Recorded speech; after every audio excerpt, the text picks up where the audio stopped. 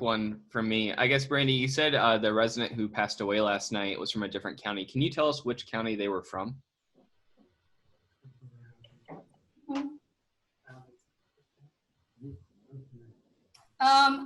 I don't believe it's been released yet.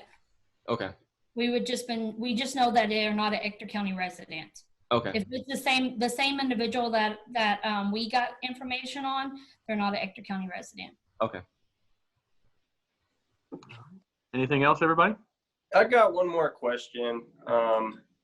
You know, I guess just to go off Scott, you know, maybe for Sarah Bannon, would it be helpful for people to know where a COVID-19 positive person was at 3 to 5 days before they showed symptoms? Like, would it be helpful for individuals to make a decision on whether to contact their health provider if they knew that information? I think the two people that Brandy talked about, the health authority and their resource at Department of Health in Texas, are helping answer that question. So I guess at this point, the answer to that question is no, which is why that information is not out there. But if they change and think that would be useful, then the answer would change to yes. But let me tell you that the public health department tracers, the people that are doing contact tracing, have that information. The EOC has a GIS map that they can look at where all these cases are going on. So they have that information.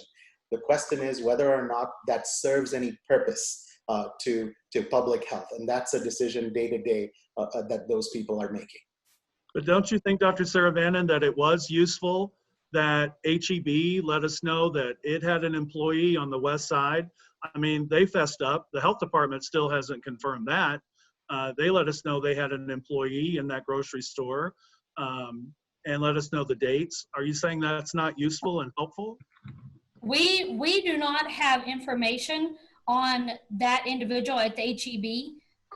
We have been actively looking into that since we saw that y'all had aired that. But at this time, we do not have any information from an Echd County resident that works at an HEB. So are positive patients falling through the cracks? No, that doesn't mean they're falling through the cracks. That could simply be that they're a resident of another county and maybe they work at HEB. We don't know that. We're trying to figure that out, because if it's another county, they would get that positive result. They would get that tracing information, and then they would contact us to let us know that. So we started actively looking into it whenever CBS 7 aired it, because we don't have that information. Okay, and you know we got that from HEB, right? That's what we saw on y'all's reports, yes. Okay, that's where that came from. We didn't make that up. Yeah, I'm not saying you made it up. I'm just saying we don't have it. Brandy, since ODESSA partially lies in Midland County, do you think that there needs to be more of a collaborative effort between the two counties to talk about residents in the area that may live in one county and work in another, so residents in ODESSA know how many cases are in the area and may go back and forth? We do speak on a daily basis. I speak with the director at the health department in Midland. Our epi talks to their head nurse and epi over there in Midland. Our health authorities speak as well. It's just the tracing, it takes a little time. And so once they get information that they are Echd County employees or Echd County related, then we do share that information with each other. So we have been working with them and trying to figure this out. So are you saying, like, if you find that someone may live in Midland County but lives in ODESSA, you'll post that on your website with that distinction? We contact Midland, we let them know, give them names of those people, they contact their people. It could be Midland, it could be Crane, it could be any areas around us. If they don't have a local health department, then that would go to the region, the state. And we do work closely with all of them. Okay. All right, anybody else? Yeah, I have one regarding, this is for Russell Tipton. This is Danny with the RB Media. Before Danny. Okay. once the patient was injected with the convalescent plasma, how long will it take before you see any results, positive or negative? That is a great medical question, and not being in the doctor field, I will turn that over and ask the good doctor to give us some of that. Will you do that, Dr. Savannah? Sure. Danny, we don't have an exact answer to how long that plasma will take to work. We are trying to give this plasma only to people that are very, very, very sick. So I think if they turn around and come off the ventilator, then we have succeeded in the use of that plasma.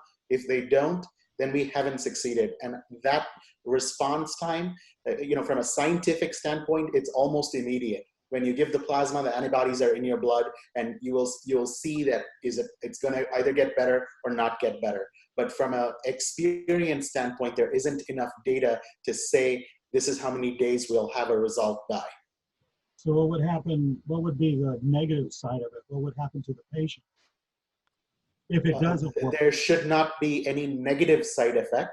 There can be no effect, or there can be a positive effect. Okay, thank you.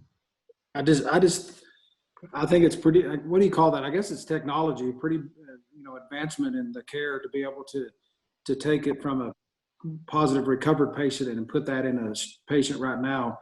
And it'll be very interesting to see how that progresses and what the outcomes are. Thank you.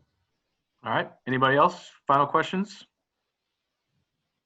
I'd like to clarify something yesterday on Michael's question to me about who's in our EOC, because I didn't give a very thorough answer, and woke up this morning thinking, I need to clarify that, because it is complicated, and I don't want everybody to understand that there's a lot more to our EOC than what I actually answered the question yesterday. As to under the public health division, we've got folks that are working here in the facility from that are volunteers. We've got some retired nurses. We've also reached out to Texas Tech. They are sending some folks through to be trained. They have a daily contact, the public health does, with both the hospitals. We also have, like I said yesterday, we had UTB nursing students that are going through being trained. We also have some ECISD nurses that we think are going to be coming into the picture.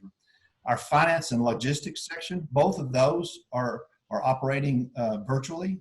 They're mostly county employees, but there are also under finance, they've reached our finance, our auditor, who is the finance section chief, has reached out to all of the taxing entities as well as anybody that might be able to get reimbursed. And so that at some point when we start reporting numbers to TDM, they're able to report those numbers.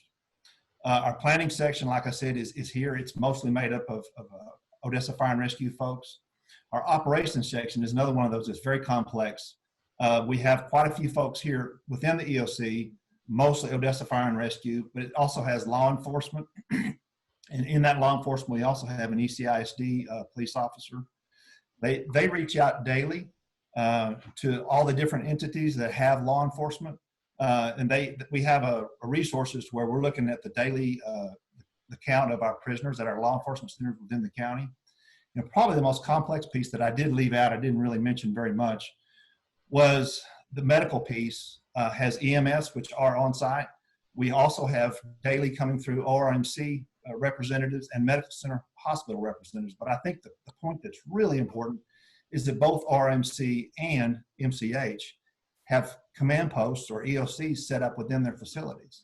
And we are constantly in contact with them virtually, looking at their numbers, looking at all of their bed counts and all of that information, so that if they do have a need that's unmet, we can reach out to TDM and get resources. So that kind of explains how it works. It's very complicated, and it's mostly complicated differently than any I've ever worked in, simply because we have so many working remotely. And through the technology, we're able to do that. Commissioner, real quick, speaking of the EOC, Judge Hayes said early on that she would be announcing stats and deaths on the Facebook page.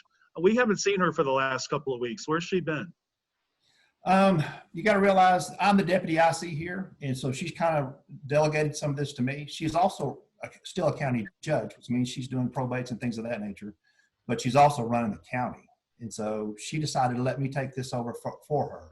So Okay. that's Like I said she was gonna make these announcements and. right. I got to tell you, this is a fluid operation. It changes minute by minute. And so be aware that there are going to be changes. Okay.